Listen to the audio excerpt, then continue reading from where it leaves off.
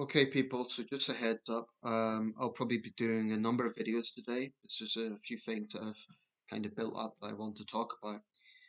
Um, Also, I'll probably be doing a live stream at some point fairly soon. I'm not going to say an exact time, but do keep an eye out for that.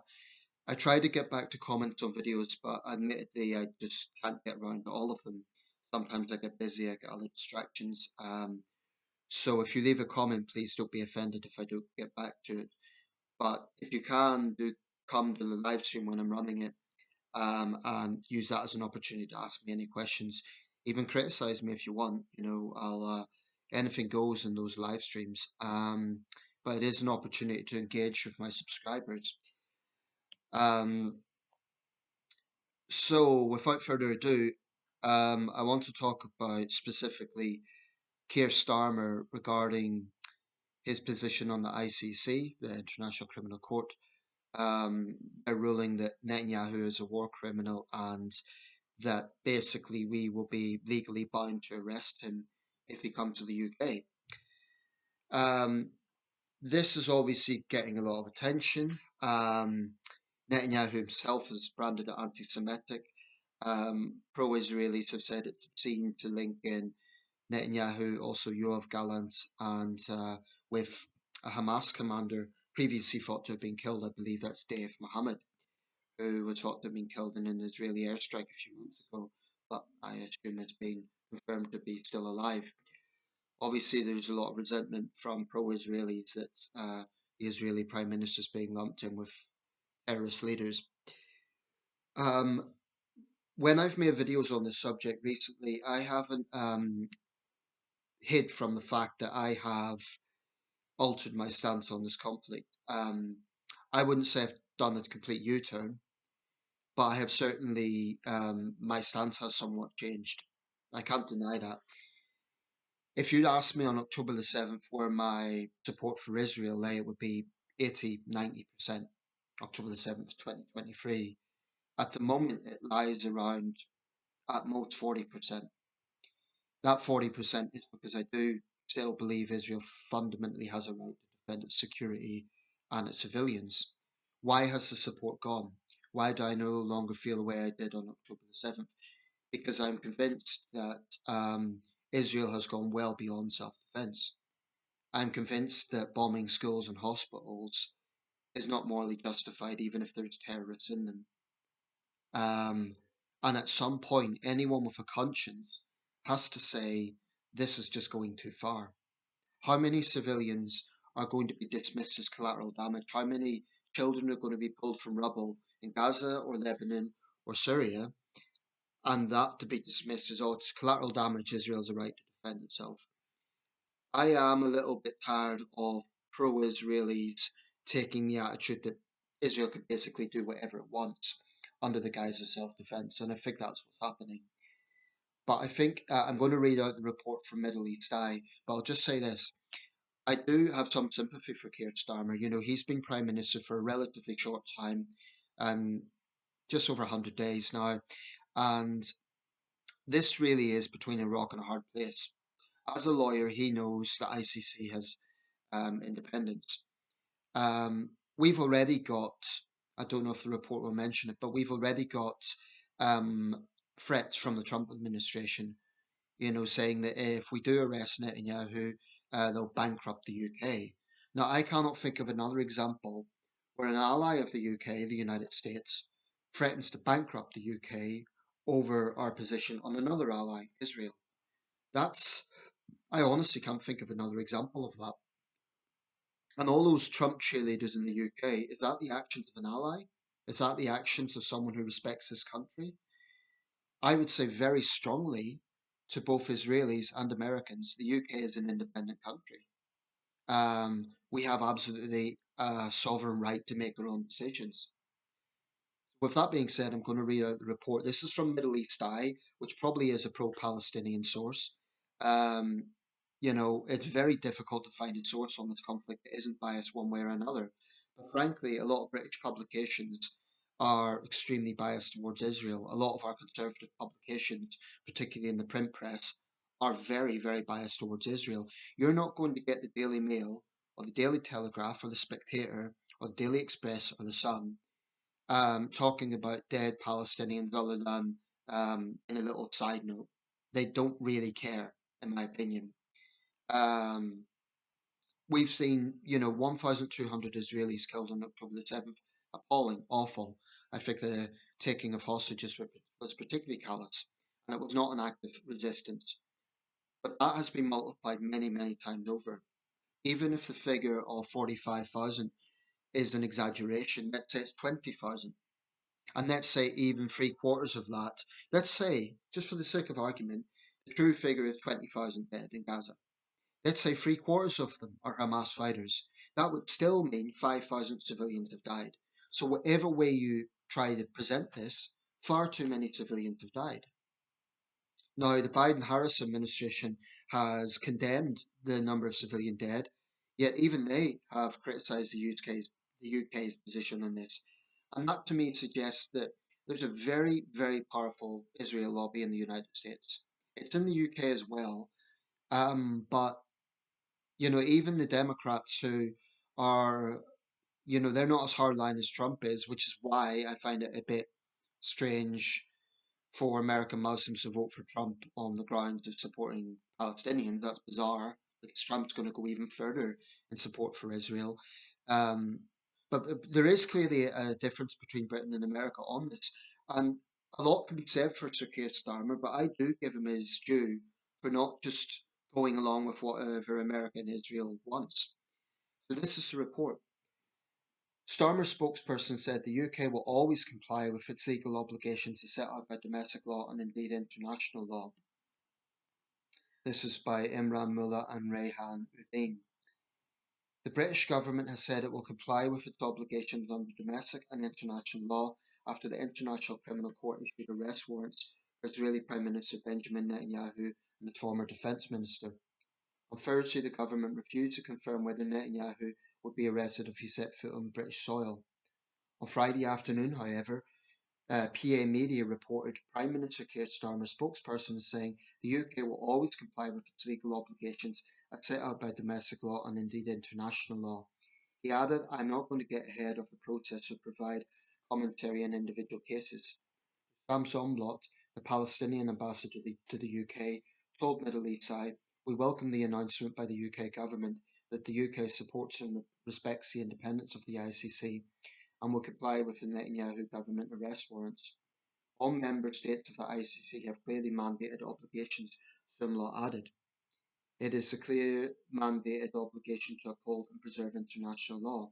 As a member state of the ICC, Britain would be obligated to arrest Netanyahu if he entered the country, legal experts and commentators told Middle East Eye. This is something that Starmer's critics in the Conservative Party and elsewhere are ignoring. We're actually legally obligated to do it. In 2001, Tony Blair's Labour government passed the ICC Act, which enforces compliance with the court. There is a domestic legal process through which Britain's independent courts determine whether to endorse the warrant in accordance with the 2001 Act. The Prime Minister's spokesperson appeared to refer to this process in a statement. However, by saying Britain will comply with international law, he appeared to signal that the UK backs the ICC.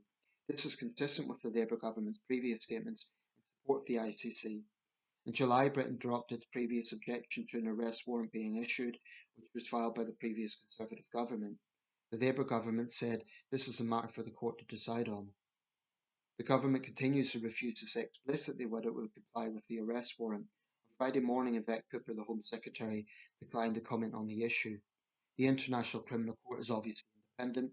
We respect the court, its independence, and we are clear of its role, which is different from the UK government's role, she said. The vast majority of international criminal court cases do not become a matter for the UK legal process, law enforcement processes, or for the UK government, she added. I think another way to put that is we haven't been in the position of having to arrest someone coming to British soil. I mean, Putin, for example, has no plans to visit Britain. So I think by that she means it just hasn't applied. In the event that they do ever, there are both proper legal processes that have to be followed and also proper government processes that have to be followed and Foreign Office processes that have to be followed. She's given a very diplomatic politician's answer. Palestinian ambassador Hussam Zomblot told MEE, that's Middle East Eye, supporting the independence of the ICC is a floor, not the ceiling, of the UK's responsibilities as a member state, let alone its historic responsibility in the plight of the Palestinian people. An adherence to international law cannot be selective and must not be politicised, he added. It also includes adhering to the ICJ, that's the International Court of Justice advisory opinion, whereby all dealings with any organisation, company, and individual or body that supports Israel's illegal practices in occupied territory must cease immediately. It's worth noting at this point the UK actually does have sanctions on Israeli settlers. So, just for the record, they didn't mention that, but we actually do have sanctions on Israeli settlers who've been accused of violence against Palestinians. Campaigners and opposition politicians have called on the government to go further and cease trade relations with Israel. Independent MP Ayub Khan told MEE on Thursday that Britain must immediately halt all assistance to the Israeli government, including the sharing of intelligence from British surveillance flights over Gaza. Green Party co-leader Carla Denyer said the warrants made clear that to continue selling arms to Israel is aid and abet war crimes. By contrast, the opposition Conservative Party has slammed the ICC, with Shadow Foreign Secretary Priti Patel calling its decision deeply concerning and provocative. Well, of course they've said that. If the Tories were in power, they would give Israel a green light to do whatever it wants. I genuinely sympathise with Starmer because, a bit like Kamala Harris, but even more so, he is between a rock and a hard place because, if let's say we go further, let's say we completely stop arms to Israel, let's say we stop intelligence of Israel, I wouldn't go that far. I think that would be a mistake. Because, for one thing, we actually may rely on that for our own security. I think that would be going too far. And we may need to tip off Israelis about imminent terrorist attacks there and so on, although they probably have the intelligence themselves to do that. But I think that will go too far. But let's say that we completely cut off arms. Let's say that we did indeed arrest Netanyahu. I don't see that actually happening. I don't think Netanyahu has any plans to visit the UK. He certainly won't now. He may try something very cynical. He may come here as a stunt. The Tories might even try something like invite him just to try and undermine Starmer, which I think would be incredibly cynical and wrong. I haven't said they'll do that, but I wouldn't put it past them, quite honestly. Um, I just don't see a situation where Netanyahu and Gallant, arrive at Heathrow and then they're met by police. I just don't see it happening. It's also worth noting that other countries have defied the ICC despite being members. Putin made a visit to Mongolia earlier this year. Mongolia failed to arrest him, despite an arrest warrant being out for Putin. The South Africans were very coy about that, although in the end Putin didn't go to South Africa in person. We do know from Mongolia's stance that countries do defy the ICC's judgment. Um, I think what Cooper and the Prime Minister's office are saying is that we haven't really been in this situation, so there's no precedent to go on exactly, particularly of a country that is technically an ally.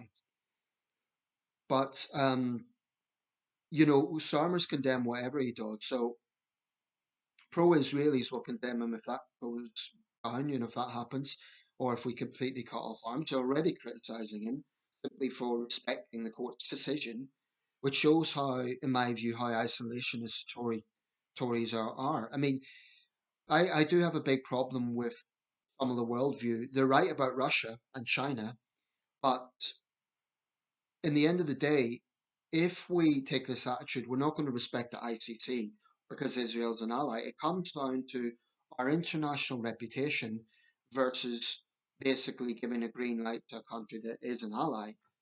But put it this way, if another ally country was doing things that were seen to be violating international laws, indeed there is an example, Saudi Arabia, we've also come under heat for supporting Saudi Arabia in its campaign against the Houthis, albeit to not the same extent as criticism for support for Israel.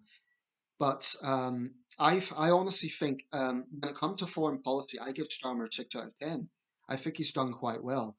I still remain cautious about their attitude to China, Labour's attitude to China, but um, I think in many areas they've got it right. I think they've definitely got it right regarding Russia. And when it comes to Israel, what would the Tories be doing? They would basically be saying Israel could do whatever it wants, it's self-defense, we'll ignore the ICC. Um, I just think it is astonishing arrogant, the Trump administration to the incoming Trump administration to threaten to bankrupt this country.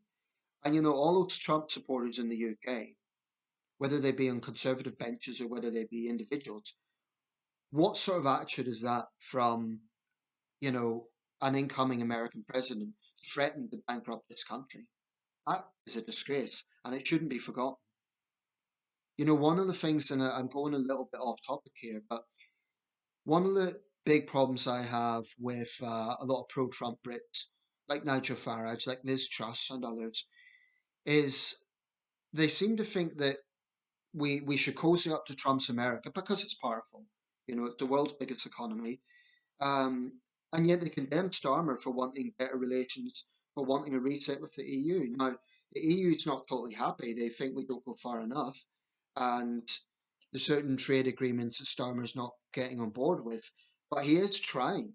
He is trying to reset things. He was the first prime minister since Churchill to appear with a French president, Emmanuel Macron in this case, Armistice Day commemorations. And small minded probably Brexiteers, lash Starmer for that. They say, oh, why wasn't he in Britain? Actually, he was. He was at the Remembrance Day reflaying. I give Starmer credit for trying to reset relations. It makes absolute sense that we have good relations with our new European neighbours. It makes absolute sense that we have trade deals with countries that have a similar sized economy, such as France. Would they want bad relations? The reason I'm stating all of this is because for Trump supporters in the UK, they will say nothing about Trump threatening this country. Rather, they will criticize Starmer. They'll blame it on Starmer because he's respecting the International Criminal Court. So they're basically saying, oh, Starmer has provoked Trump. We should just give Trump everything he wants. Let's roll out the red carpet for Trump, which in a rather sickening way, Nigel Farage literally suggested. I mean, no trade agreement with America is going to be equal. Even if Harris won, it wouldn't be equal. America's the biggest economy in the world. Now, it sounds like I'm digressing from the issue here, but tapped into international relations. I take no pleasure from having a souring of relations with Israel. It is an ally, but in the end of the day, this country has a right to determine how we conduct our own foreign policy. We have a right as a sovereign nation to know when we export arms, how are those arms used? And what we're seeing here is a situation where every single day civilians are being pulled out of rubble because of Israeli airstrikes in Gaza, Lebanon, and now Syria. And yes, there are terrorists in there as well. I'm not naive. I get that. But I don't think this is about self defense anymore. Certainly, ostensibly, that is the reason because of the rocket attacks. But when you get far right figures in Netanyahu's cabinet openly proposing land grabs, openly proposing real estate to be built on the ruins of Gaza, that is not self defense. That is not self defense. It is a form of ethnic cleansing to purge an area of its people and then rebuild on it. Um, Genocide is a strong and loaded word with legal ramifications. I think, there needs to be a threshold for that, deliberately trying to wipe out all people. So I'm not sure if, from the legal definition, it could be called genocide, but it is irrefutable that Israel's committed war crimes. I mean, bombing schools and hospitals, degrading unarmed prisoners, looting homes. It's true that when soldiers, IDF soldiers, have been seen doing this, the IDF says this is not how we conduct business and this will be fully investigated, etc., etc. But at some point, Israel always has an excuse. Always. Um, and why wouldn't it? I think that a lot of right wingers in the UK really do have a mentality whereby they see an innocent Jewish child, such as those killed by Hamas on October the 7th, as being more valuable than an innocent Palestinian or Lebanese child killed in an Israeli airstrike. At some point, wrong is wrong. And I cannot, in good conscience, just blindly support Israel. I don't say I'm 100% against Israel, and I am in no rush to join any Palestinian rally, not so long as they have anti Semitic components and people who are going to be cheerleaders for Hamas and Hezbollah. But I do think that continued support for Israel damages our international reputation because when we lecture other countries about human rights, and I've seen this, predictably you get comments saying, what about UK support for Israel? And it becomes increasingly hard to argue against that because whilst British weapons constitute a very, very small part, it's about 1%, the vast bulk is American, um, we're still contributing to it. I would go further than Starmer. I would seriously consider completely halting arms sales to Israel and instead maybe providing some intelligence or perhaps funding for the Iron Dome, something like that. That's what I would do. I would send Israel money to strengthen the Iron Dome rather than actual arms because the Iron Dome is pretty effective. It needs to be maintained. So if I was the Prime Minister, I'd offer to help with funding for that, offer support in that form. But I do think arms, even small as it is, um, it doesn't help our reputation. So I think Starmer has probably considered he's known as Mr. Rules. He's a former lawyer. He respects the ICC's independence. I think he's also being practical. He's looking at the international level here and realizing we cannot simply just go along with whatever America does and whatever Israel demands. There are 200 countries in the world. So other European countries have also held back on their support for Israel. We'd only be keeping in with the international trend. Israel has done a good job of polarizing the few friends it has left. How does all of this end? Well, it goes without saying Hamas must free the hostages, but Israel must stop the bombing because no matter how careful they are, it is guaranteed that civilians will die. And it's no good telling them, leave the area, go to a safe place when even the safe place is bombed. I mean, when the war in Lebanon began, the latest war, it was Hezbollah that escalated that. But instead of just retaliating with airstrikes, Israel goes into a full ground invasion. Lebanon's a sovereign state. So I honestly have altered my stance from being quite strongly pro Israel to being quite critical of Israel. That's the truth. I have altered my stance. But I'm in no rush to join any pro Palestinian rallies. Um, I have no time for people who call Hamas and Hezbollah freedom fighters. They are not. But I do have a big problem with conservatives who have this attitude of just letting Israel do whatever it wants, even when British civilians die, like aid workers, for example. Um, this idea that support for another country is even more important than their own civilians, that is obscene. If, let's say, France or the Netherlands or the United States or Ukraine even killed British civilians, we would certainly be raising questions about it. So why should Israel get special treatment? And a final point on this point about hypocrisy and accusations about the West being hypocritical regarding support for Israel. It may be true, however, Muslim states shouldn't lecture the West on this when they turn a blind eye to what Arab dictators are doing to their own people. They turn a blind eye to what China is doing to the Uyghurs. So I wouldn't take too many lectures if I were Keir Starmer on hypocrisy regarding the ICC. Um, but yeah, that may also be it. Actually, Starmer knows that we have pushed for the arrest of Putin, so we would look hypocritical if we blindly defend Netanyahu when the ICC has reached that decision. I mean, the ICC has been consistent in this regard. They put out an arrest warrant for Putin. They put out one for Netanyahu. So, um, even though Putin has still quite a lot of support around the world, that was an ICC ruling. And even countries that don't overtly condemn Russia have called for Russia to pull out of Ukraine. So that's significant. Anyway, I'll wrap this up. I think Starmer's doing his level best. And I think, it's a bit like criticism of the BBC. The BBC got 4,000 complaints about bias towards Israel, and it got 4,000 complaints about bias against Israel. So both the BBC and this Labour government, it's kind of between a rock and a hard place. I certainly wouldn't trust the Tories, and I wouldn't trust conservative publications. Now, I wouldn't trust the far left either, because they just vilify Israel, and I think they would even go so far as to uh, serve as apologists for Hamas. I will never endorse that. But it's a very sad situation, and unfortunately, I think it's as bad as it is because right now the Near East is run by extremists. You have far right ultra nationalists in Israel, and you have genocidal anti Semites running Hamas and Hezbollah, who want to kill every Jew they can. So that's what we're seeing.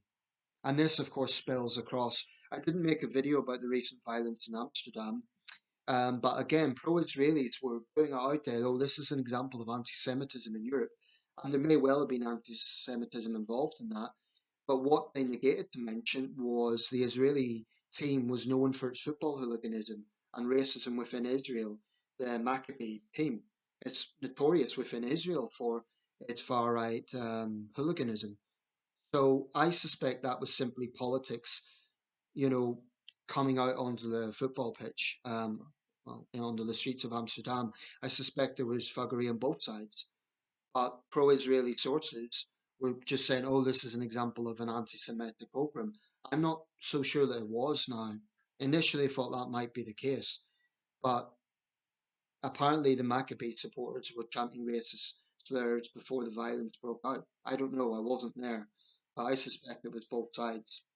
Um, that's no excuse for incidents of anti-Semitism in the West, of which we do have. There was footage of a young Jewish boy going to synagogue getting pelted by rocks in North London. Things like that do happen.